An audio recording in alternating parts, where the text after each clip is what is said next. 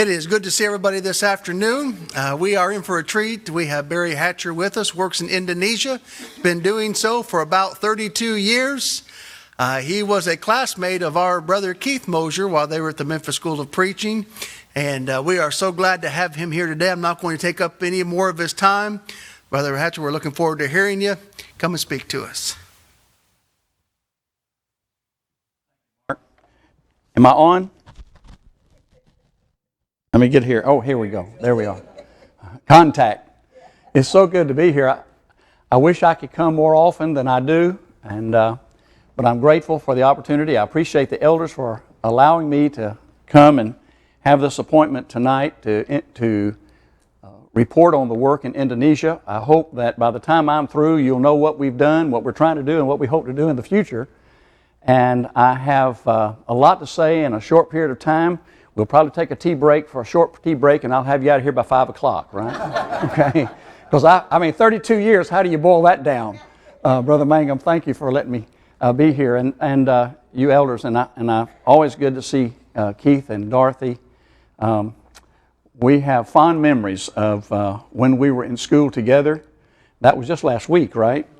Just last week. And some of you know what I mean. But appreciate that.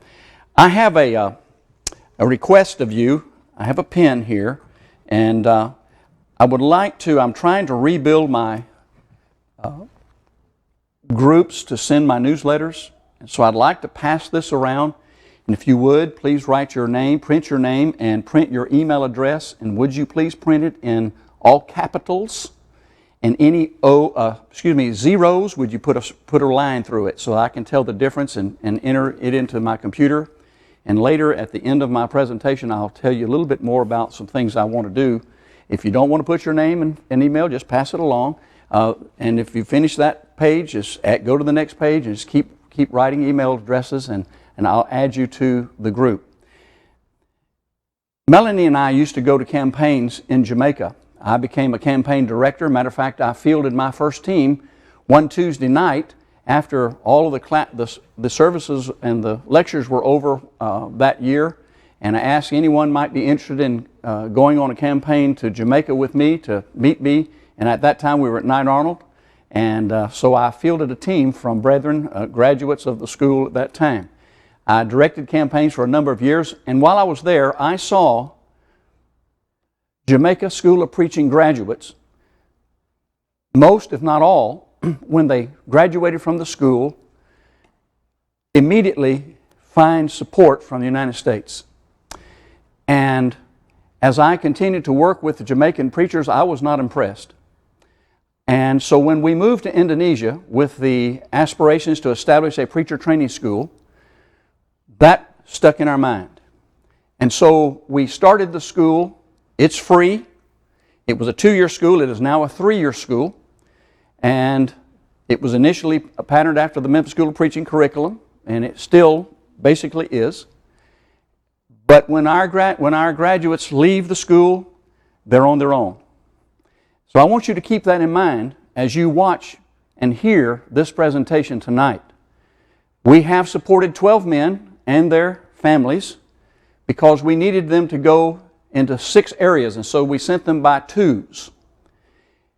We have women in the school, and fortunately, a number of these women have married these men, and the 12 men we sent, their wives were also graduates of the school. We now only support 2 of them partially. We're not opposed to supporting someone if there's a great need, but now that's over. And as I go through, I'll give you more specific stats on some things. The box up there shows where Indonesia is. It's the 4th largest nation in the world. It is the largest Muslim population in the world. They are not under Sharia law, or at least a good portion of the country is not. The majority of the country is not. They are a democracy, and so we have the ability to teach Muslims. We have converted Muslims, and we are continuing to try to do that as our brethren go forward in the work. And so that gives you an idea where it is. That's Australia just below Indonesia there, and the islands just above here. This is the Philippines. And here we go. The Apostle Paul stated in 2 Corinthians chapter 2 and verse 14, Now thanks be unto God, which always causes us to triumph in Christ, and maketh manifest the savor of His knowledge by us in every place. And so when we go into places, whether it be our neighborhoods here or whether it be across the pond into other countries, we're seeking to triumph. When we talk to people who reject the gospel, who reject what we're trying to do, we triumph. When we talk to people who receive the gospel, we triumph. Because our work is to take the gospel. It's someone else's job, the listener, to respond to it. And so we certainly understand that and the reason why we're there. Brother Alex Daniel is the director of the school. I was the director the first 2 years, 30 years ago, and mentored Brother Alex, and he and his wife, Rita, have worked with the school for the whole time. She does a lot of teaching for the ladies. She's a graduate of the school herself. Brother John Ropilemba and Brother Timbul Sarait are also full-time staff, and they have families, and they are great workers in the kingdom in Indonesia and do a great work. We have 5 part-time instructors who will come in every quarter and teach and go back to their preaching responsibilities. This is the 2-story building we use as our school building. We initially built the 1-story, and then in 1992 and then in 1998 we started the 2nd floor. We were able to buy the house next door, so we've spread it out just a little bit, and so the school building is a little larger than just the 2-story. I was there in April, and I was there during Easter and after Easter, a little before Easter and after Easter for a while, and I was able to take this picture. I was showing these slides a few weeks ago, and a sister came out after seeing the slides, and she said, Brother Barry says, did you say you have a junior high and high school? And because in Asia they don't show their age, the youngest here is 20 and the oldest is 32. So these are the students. We can handle about 16, 17 in our school with our budget, and so we're grateful. And they come from a number of different islands, and they will return to these places because many of their families or congregations have sent them to the school so that they can come back to them and be their preacher, work in their community, maybe even farm, a lot of rice farming, and so they would then work that way. In 2 Timothy chapter 2, we're familiar with this passage of Scripture, that we want to teach them to be able to teach others. So everything that we did in the early years, we had somebody with us, several with us, so that they could do the same thing, and then we quit as far as doing that. And so they continued to do that. And so we want to train these men. Brother Hadarun is teaching a class in the library. We now, in probably the past 10 years, we have a library of about 3,000 books in English. Our staff must be able to speak English, although our students do not. In Indonesia, they speak more than 300 languages, and so therefore, and 750 dialects, and so our students come to us with knowing 2, 3, 4 languages, but they don't know English. Now, we teach English 4 quarters in the 12 quarters, the 3 years they're in school, and because they have a feel for language, they can learn English pretty easily, and they are able to not speak it, but they're able to go on websites such as Apologetics Press, such as Memphis School of Preaching, Seek the Old Paths, many Christian Courier, many things that when they're in the field, because now Indonesia is more and more opening up with Wi-Fi, and we use this in the school now, and they can research for lessons and develop and be a much more in-depth teacher and preacher than in years gone by. And so we're happy for that. And so our students have research. I wonder where that came from. Have research every quarter, starting in the first year, so that they can learn. Now we have done a lot of translation work, and in the translation work, and this house next door is our library building, and so it has a couple of offices in it. We gutted it, and it became our library. And of course our library is fairly large, but we have probably 150 or so books that have been translated by the staff. When you go into a foreign country, there's nothing there. There's no infrastructure, there's nothing. We arrived in 1987, 30 years after the initial start of the work in Indonesia. And there were a few books, Brother J.C. Choate's books. Some of them had been translated by a few brethren in Jakarta or in Medan in North Sumatra. And so that was important. but we also recognize from day one of this school that we have a group of men dedicated to teaching who could participate because they spoke English and they could work this in their work it into their schedules. And so we have seen that grow. Now, the last time I showed slides here, the only other time I did was probably 6-7 years ago, and you might recognize some of you might recognize a picture. I think I showed that picture. But just to give you an idea, translation work is a daunting task. And so the staff set schedule 30 minutes a day forever to work on translation work. The first priority is to translate things that will help the student in the classroom, in the curriculum.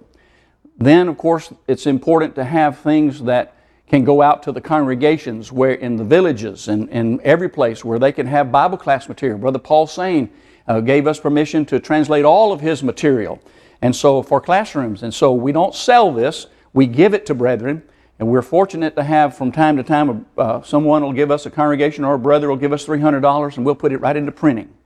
Print things that are in the computer ready to be printed, and then it's ready for everybody. And so that's what you're seeing here. And so this continues to grow. And these pamphlets, a lot of times these articles and pamphlets are great for specific classes in the classroom, in the curriculum. And so some of the way the books look and how they arrange them. This is Brother Paul Sane's material right here, some of it. And they have a program where the third year students in the final quarter, the last 2 quarters of the third year, they're writing, but then some of the writing in the third and fourth quarters of the year are rather good. And so they'll take and make articles out of them and turn them into tracts. And now we've got Indonesian brethren writing Bible material for brethren all throughout. So we have tracts, we have booklets, and we have many things that are translated, and that's so important. Magdalena's teaching this. Melanie started to teach the ladies a number of years ago, and we've continued. We used to come and we used to ship visual aids to Indonesia, but then Melanie says, that's not going to work. We need to teach them to do it for themselves. Everything we do here, they need to do there. They have material, they have scissors, they have glue, they have tape, they can do it. And so that's what you're seeing here. The ladies learn how to teach children, they learn how to design visual aids, they learn how to teach ladies. And here's a sister. Every Friday they have a chapel for the ladies, and sometimes some of the sisters in the local congregations will come out for the chapel and support the chapel so that they can participate in getting all kinds of experience and training while they're in school. Here is a classroom. And many of you may know James Andrews. He comes out every year and visits. And of course, Keith has been out to Indonesia, and he loved it. He loved it. He wants to go back. But I won't let him. No, I'm just kidding. I'm just kidding. But so for example, James will be out in September, and they've asked him to teach 6 of the minor prophets. Well, that helps the staff because they take the class, they will be teaching the class, and they get experience in new teachers and other ways to teach, and they get those notes, and so many good things about that from a short visit with a brother from the States. We started about 10 or 12 years ago having extracurricular computer. Now many of them come and already know computer. So we will soon, in the next year I think, introduce entrepreneurship. And we'll have in the last quarter of the third year, we will introduce a class, extracurricular, entrepreneurship. And this will help our students when they graduate to go into places they can develop their own businesses so they can preach the gospel on their own dime. Because that's very important to us. And that's been a slow go until we took Fishers of Men there. When we took Fishers of Men, I took it there in 1996. It took them a year to translate that material. And now our students take it every year for 3 years. And all of a sudden things started happening. We'll talk more about that in just a moment. In Mark chapter 16 and verse 15, we're to go into all the world and preach the gospel to every creature, and that's what we need for these. It's true, when they leave the school, they will now have to consider how they will live, but they also need to consider how they will proclaim the gospel wherever they're living, and we certainly key on that. The numbers are growing. We're in our 30th year of the school, And starting about 1999, we began to see things happen. And the numbers are growing. There are more congregations, there are more members in congregations, and there are more members who participate in special classes and lectureships and other fellowships. When we arrived in 1987, the church was 30 years old. There were approximately 30 congregations, maybe one or two less or more, plus or minus. There were about 300 to 500 members of the church at that time. And so this is how they were kind of situated. The staff worked up this map. There's where the school is in Lampung, and there were a couple of congregations already there when we moved in 1987. So you get an idea of what that is. Well, after 30 years of the school, and especially after I took fishers of men and women learned how to talk to people and develop their interest and have Bible studies, we've seen them establish 35 congregations. But let me tell you about the other 30. The way they came about was the alumni also participated in that, in a way. Men would come from the village, and we're talking about remote areas, poor places. They would come to the big city, these few places, these 30 congregations, they were in some large cities. They would find a wife, they would learn the truth, and after a little while they'd go back to their village because they want to take the gospel there. Well, they had a few J.C. Choate books and a few others like that, and so they would have their home church, and they would try to reach out to their neighbors and their family members in the village, and they would read a chapter as their sermon. And as their children got older, they sent them to the school. They graduated and went back and was their preacher while they went back into the family business and growing rice or whatever, cattle or whatever it might be, goats or whatever. And so we now have 11 congregations. We have 65 congregations where 105 of our graduates, there are 105 men who have graduated. Some of them came without any interest of being a full-time preacher, but they wanted to come, study the Bible, and go back and help their congregation. Well, we have some congregations of these 65 that have 2 and 3 alumni in them. And they all preach and teach, and so they're all involved in this. And brethren, there's more than 2,000 members of the church, but when the school started 30 years ago, there was less than 100. And very little U.S. money has been into this. Matter of fact, if all of the money from the United States now stopped supporting the school, it would have no effect upon what you're about to see. And it's growing. And we only support, we're down from the 12, we're down to 2 men. We support them partially. And so if all the funds stopped, we could continue to help them a little bit until they could get out into the workplace. And that would be all right too. But they're doing it for themselves on their own dime. And they are happy to do it. And they're glad to do it. And we want them to be in that way. Here's Melanie, and this was 4 years ago in 2015, about this time, so it's 4 years ago. She wrote a book, or she edited a book, had a number of ladies to write in this book a chapter, and then they translated it, and she had this seminar in June of 2017, I think it was, June or July, June, and there were ladies here from, remember I said, look at the numbers. The ladies here are from 7 different islands. Remember, Indonesia is the largest archipelago in the world, 17,000 islands. Sumatra is the 6th largest island in the world, and the school is located at the southern tip of it. But it's just one of 17,000 islands in Indonesia. It is the 4th largest nation in the world by population. Today, well actually it's already tomorrow there. See, when you go to Indonesia, you live in the future. Exactly 12 hours from here. It is 1 o'clock here, and so I go to 2:30, right? It's 2 o'clock here, so it's 2 o'clock in the morning, Monday morning there. And so this is the Youth Preacher Training Camp. I think it's the 9th one, And the first time, 9 years ago, they were probably 10 or 11 or 12 young men to come, 13 to 20-year-olds.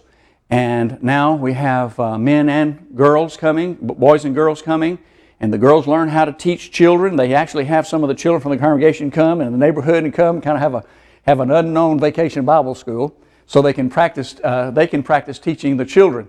And so this picture was taken just Thursday, because today was their last day of their 8-day youth preacher training camp. And I actually, the first time I heard about a youth preacher training camp, I think it was the one that y'all were doing here. It's been 10 years ago, maybe, or somewhere. And then I took the idea to them, and we use that as a recruiting tool as well. And so it works very well. For the next 17 slides, I have 17 pictures of 17 congregations. I wish I had the full attendees of every congregation, but when you go to take a picture, you don't always get everybody hanging around for the picture. And so unfortunately, you'll have to read between the lines, but I want you to notice the numbers. I want you to recognize that these 17 are part of the 65, and won't you be glad I'm not showing 65 pictures. But I want you to notice the numbers in these photos. I want you to notice that less than 25 members in these 17 pictures were members of the church 30 years ago. And I also want you to remember that only 3 of these pictures did we ever support them, of those 12. Because there's some of them I don't have.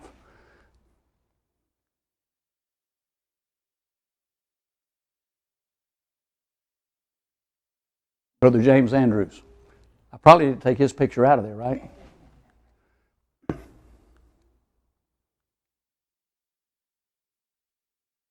Our son Brent, and if there's a baby around, Melanie's holding it.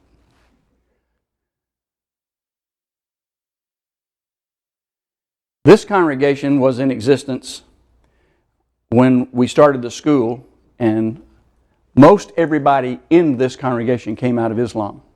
It's 18 miles from the school. It's in a remote village.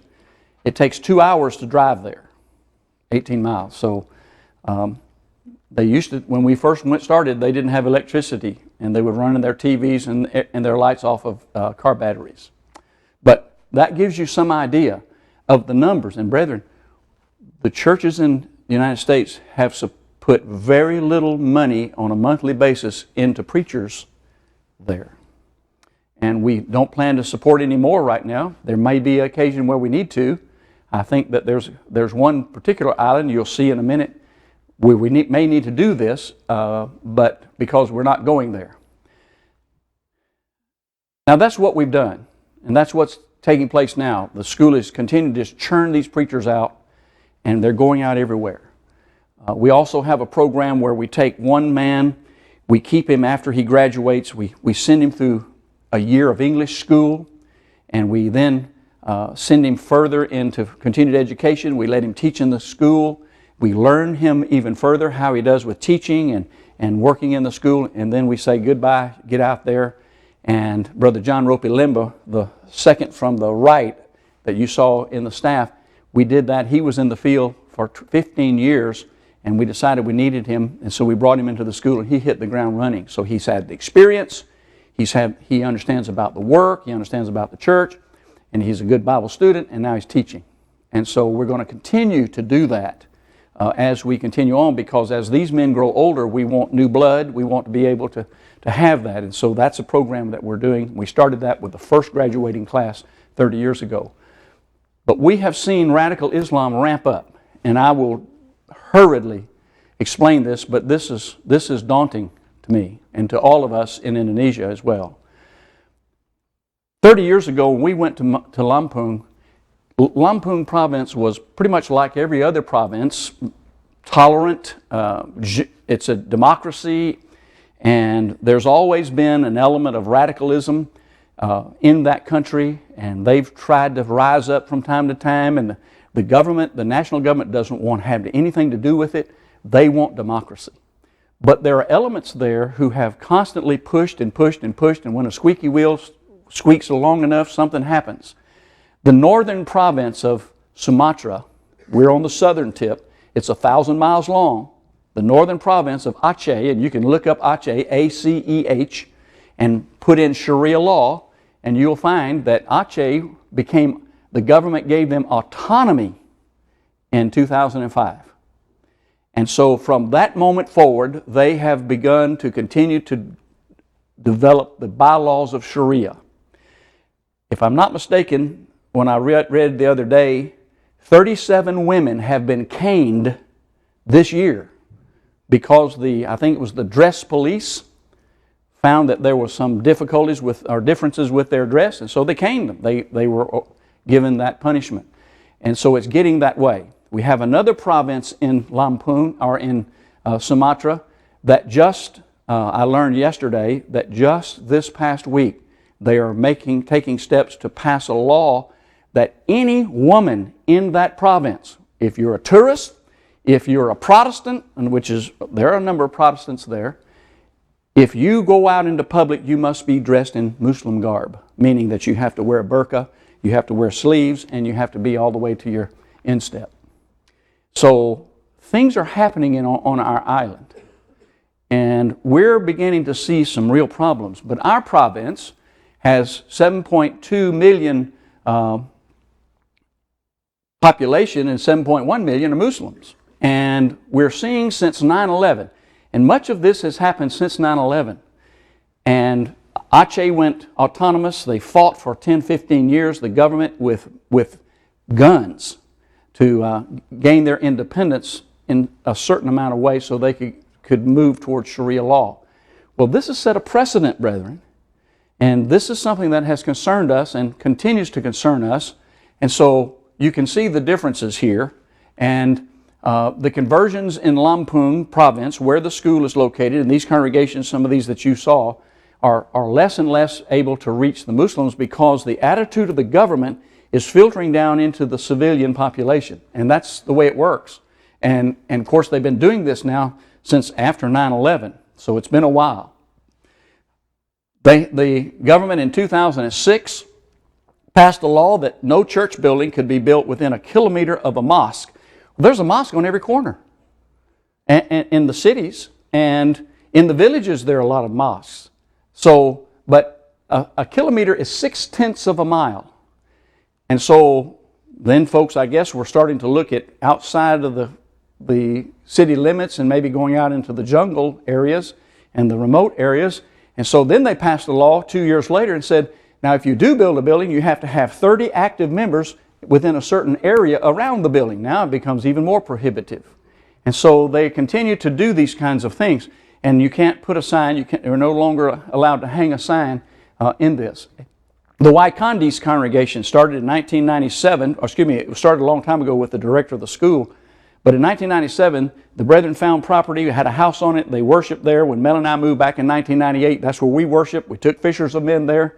And from 98 until 97 until 2002, we went from 26 people to 70. And we're in a Muslim neighborhood. Well, by this time, the law had already been passed that if you want to add on to any property, you want to extend or build a building, you have to ask your neighbors for permission. They said no, and not only that, they called the magistrates and said, we want you out of our neighborhood. And the magistrate said, look, you have a right to be here. We're a democracy. But you start building an auditorium added to that house, and they'll come in the middle of the night and pull it down. And so we would have lost the $5,000 that it would take to build it. And so we didn't do that. We sold the property and found another property in a Protestant neighborhood. We're still close to mosque, but it was before they passed that law in 2006, and it was about 2003 or 4 when we were able to build the building. And so Waikandis was able to do that. We've had, in Fishers of Men, if any of you have taken it, it's training. So in other words, you learn, you go do it, and then you're held accountable for it. That's training. And so our students have to go out, our staff, we all have to go out and talk to people. It is against the law in Indonesia to knock on doors in a religious context. And so we have to just talk to people on the street. Well, in the past few years, we've had our students to be mobbed, threatened. One was threatened with a knife. Our girls are 6 blocks, their dormitory is a house 6 blocks from the school. They were in the neighborhood. They were just walking up and down the streets talking to people about the gospel. They complained to the magistrates. They said, we want this stopped.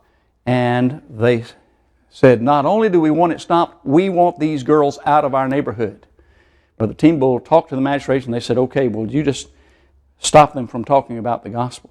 So this is going to also hinder our training, because this is what has helped gain 35 and 65 congregations and the work that they're doing and the growth that you see, and the 2,000 members or more than 2,000 members. And so we're very concerned about this. But we have an opportunity, and we seized upon it. We made a decision late last year, and the brethren in Manado, the island of Sulawesi, and it's the North Sulawesi province. And this province is 70% Protestant. And I was just there the weekend after Easter in April, and was meeting with contractors and meeting with folks that we would need to meet with, because we bought property there now, and we are trying to move. Now, please understand, this is a daunting task, because we have to move this school. It's a 2-story building, a 1-story house, a library, 3 staff homes, and the girls' dormitory, 2,240 miles away. And that will put us into Manado. It is the only predominantly Protestant province in the country. Bali is Hindu, but this is Protestant, and they need the gospel too, but there's some really good positive things about it, and let me tell you. It has the highest education index in the country, and that stands to reason because they're not under a Muslim culture. And so we see some great opportunities here, and because of that. The Spanish, the Portuguese, the Dutch, the Western cultures have had their influence there. There are no objections for religious buildings, which I'll show you in a few moments. The Palmpot congregation has 3 PhDs, and they are professors in one of the local universities there. They have a number of college graduates in the congregation, and they're very faithful to the Lord, and they are right now participating in what we call a Saturday school, which is an extension of our school. One of the PhDs has a long time had aspiration, when he retires, he wants to go to the school. So these are brethren who love the Lord, and they want to be of help to us to get us here and away from impending doom, whether it be 10 years, 15 years, or whatever. We want to go on our time rather than wait until we're told you can no longer be here. Then we're out in the street, and we won't be able to function because of the work that needs to be ongoing. We have 4 members of this congregation, a sister and her 3 brothers by blood, and their grandparents. They're in their early to middle 50s, and 3 boys and a girl, and their cousin is the governor of the province. He is not a Christian, but he certainly knows a lot about the church, because they've been faithful members of the church for many, many, many years. And one of the brothers, in April, just this past April, in the national election, was elected to the House of Representatives of the National Parliament. And so he's moving to Jakarta, and what's interesting is that he'll actually be worshiping in a congregation that Melanie and I started in our home in 1992 when he's there. But so we've got representation as well, and we have brethren who will help us in every way. That local congregation is strong faith, and it's a good area of the country for recruitment, and I'll show you a picture of that in just a moment. I'm moving on here. And of course, I've mentioned we've already purchased an acre of land, and I'll show you the layout of that in just a moment. While I was there, I thought, how better could I show the difference in the environment in Manado and in North Sulawesi province as opposed to Lampung? What you're about to see does not exist in Lampung. Now, there are a few church buildings, Catholic buildings, and some Protestant buildings that go way back, but they're not like this. There's one. There's another. They're everywhere. Every street we went on, they're large. And so, and of course you see the Pentecostal movement is there too. And so, we won't have any problem building a school there. We're not allowed to have a regular Sunday morning worship service in the school building. Now, we can have lectureships, we can have gospel meetings, all we want, but we cannot do that. We're not allowed. We'll be able to use our building for this in the future as well. And so there'll be opportunities there. As I say, I was there during Easter and Manado, and of course they decorate the whole city and the kampungs, or the little villages outside the city. If you walk through this archway here, about 3 houses, and turn left and walk through the yard and out the backyard, our property is right there. It's a Protestant neighborhood, and it will be, the neighbors are already helping the members of the church who are doing things for us, because Alex and the staff are in Lampung, 2,200 miles away, and so these brethren are having to do some legwork over there, and they're glad to do it, but the neighbors are helping too, so they're glad to do it as well.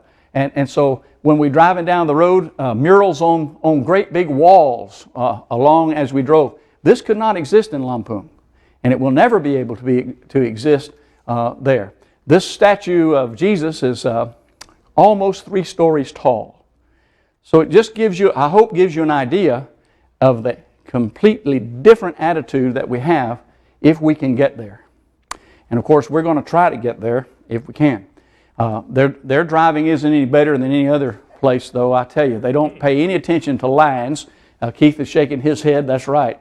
And when you get into a taxi, you take a stark terror ride. And so, but it's a great place. And so, big city, 750,000 in the city and area, and so I think the province is something like 2.4 million in that province as well. This gives you an idea of the property, and the men's dormitory will be here. This is an apartment for one of our staff that you saw full-time, and his family will live there as the house parent. This is the girls' dormitory and apartment here for the other staff to live, Team Bull and John. And then this 2-story building, you only see the top story there, 2-story building will be the school building, and that's where we hope to build. Now, there's a total of 2 stories and 2 outlying buildings, a total of right at 16,000 square feet, and it'll cost around $24, $25 a square foot to build it. And so I have set out 2 months ago to try to raise $450,000. And there are brethren in Texas. Well, I think I have that. I'll tell you in a minute. So what we're trying to do is move from here over to here. 7 degrees south of the equator to 1 degree north of the equator. Singapore sits right here. And then the Malay Peninsula is here. And I want to move this way. In this map, notice that the school has had a lot of influence in congregations along here. Also over here, yes, and our alumni. This is where our alumni are. But we have nothing here. So I can see in the future maybe supporting a couple of families, because we really need to send them in by twos, where everybody is a member of the church, where everybody, a member of the church is a graduate of the school, and they work together and start work. And what we do is say, okay, if you have just one who obeys the gospel in a year, and after 1 year, that congregation must start supporting the 2 of you, even if it's just $2. And so that's how they understand things, and that's how we are not supporting very many now, because they support themselves or they go on to do other things. So we need help. We're trying to raise $450,000. We have a group of brethren in West Texas who have signed off on that for every dollar we raise, they will match it up to $50,000 this year, and they'll do it again next year. Now, my timeline is to go to Indonesia next February, if I can set it that way, and have raised this money by then. I also need to raise $2,000 a month for me and $15,000 for setup. I'll need an automobile, and that automobile will stay with them once I leave. But I've got to go back to Indonesia, because the plan is I will build these buildings in Manado while the school continues. And then when we get the buildings built, we'll move everybody to Manado, students, staff, everyone, and we'll keep going. We feel like it will be a very negative thing after 30 years to shut this school down and go do this, and how long, ever long it takes, we don't know, and then move forward. Now, if I can do this, and if I can get there in February with $450,000 plus my support for a short period of time, then it'll take a couple of months to get the permits after I get there, and then it'll take 5 or 6 months to build the buildings, and then hopefully we can move the school by the end of next year. Then if we do that, I feel and I want to teach in the school for a few quarters again. And of course it's taught in Bahasa Indonesia. That's the language, that's the national language which we speak. And see how the staff integrate with the work there, and then it's theirs. So that's the plan. And just think, $1,000 means $2,000. $5,000 means $5,000. And so if that's an opportunity, I certainly appreciate anything that could happen anywhere. And also, now let me mention about the clipboard. When I add your name to my group, I'm going to send an email to you. I'll try to get to it this week. And I would like to ask you, help me network. If you know elders somewhere, contact this brother and talk with him and say, hey, I've got to work. I want to send you the e-booklet, and I'll send the attachment. Send it to them, because maybe they'll help. We can sure use it. We've got a long way to go. We've raised about $50,000 so far in the past couple of months. We've got a ways to go, and that's not going to happen by one person. It'll happen by a whole lot of us. But just Friday night, I had an elder call me and say, somebody sent me your e-booklet. We're sending $4,000. Well, I've never met them. He's never met me. But that means $8,000 right there. So keep that in mind. I'll make that comment in my information when I send you the email, letting you know that you're now in my group list to receive newsletters. And also, you will have that e-booklet. And I appreciate any kind of consideration that you can have. Of course, Melanie, she's a nurse, and she is now the caretaker for her mom and dad, who are 89 and 87. And she will not be going with me, but that's the work. And we must do it. Now, for those of you who do not have email, and you won't be getting that, this is what I'll be sending in an e-booklet. And so there's a number of these up here. I'll put them back there on a table or something, and you can pick one up if you'd like to. And I appreciate any consideration that you can be. And I appreciate that to the elders giving me the opportunity to present this so that we might move forward.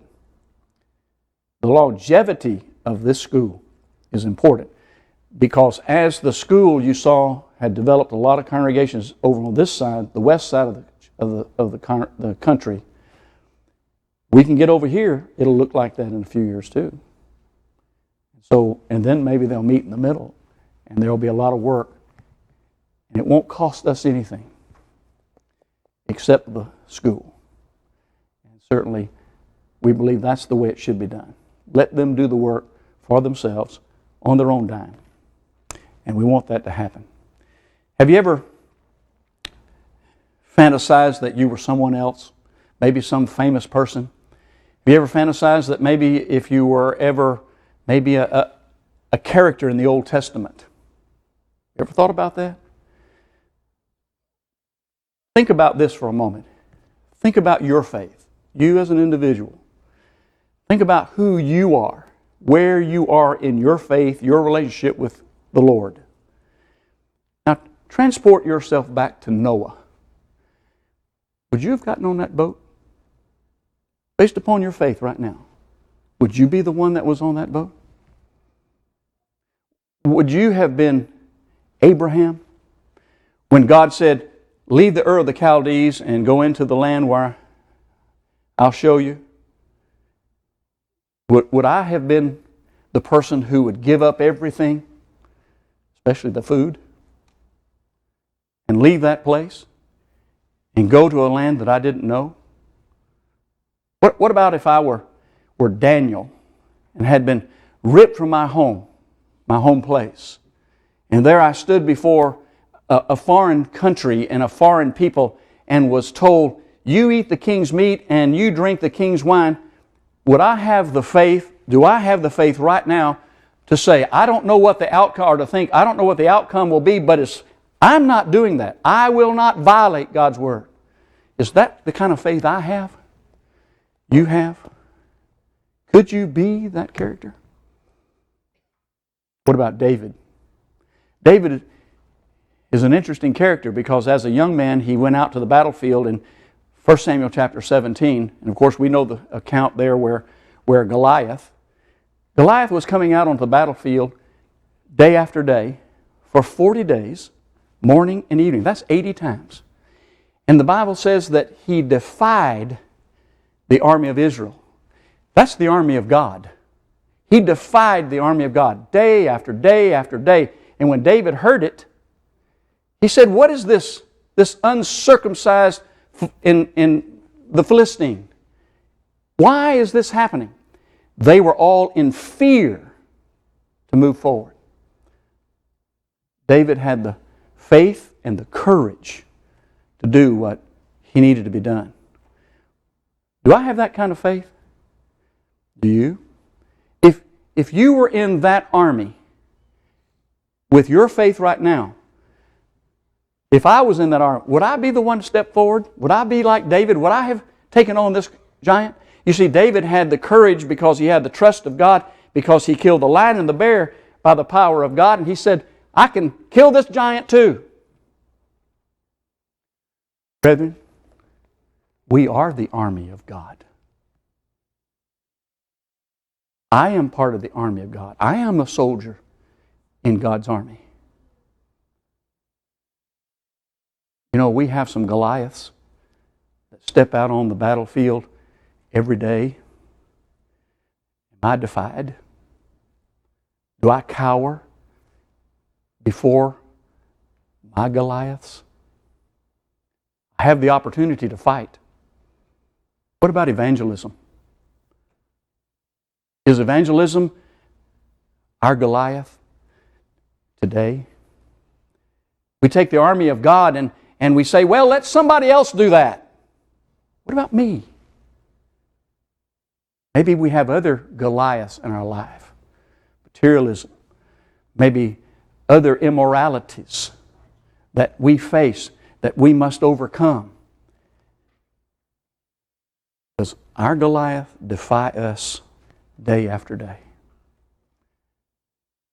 We can do all things through Christ who strengthens us. We can fight this Goliath, but we must have the faith and the courage and determination and conviction of David. We must have the faith of Daniel. We must have the faith of Abraham. We must have the faith of Noah, so that every day when a Goliath stands before us, we can slay him. You know, one of the biggest Goliaths today is the plan of salvation. It stands before so many people today, yet they have not had the faith, perhaps, to move forward, and yet there may be some who have the faith. Now is the time to slay him. Through faith, repentance, confession that Jesus Christ is the Son of God and be baptized for remission of sins, that will slay that giant right there. It's done. And it will be done through our faith, our courage, our trust, and our determination. We believe in God. What He says. We can go forward. And from that day forward, we can evangelize. That day forward, we can become a student of the Scriptures. That day forward, we can make decisions every day of our life, slaying one giant after another. That's my decision. That's your decision. It won't happen by accident. So the question I ask myself and ask you, slaying my giants Do I need to? If you do, come as we stand and sing the invitation song.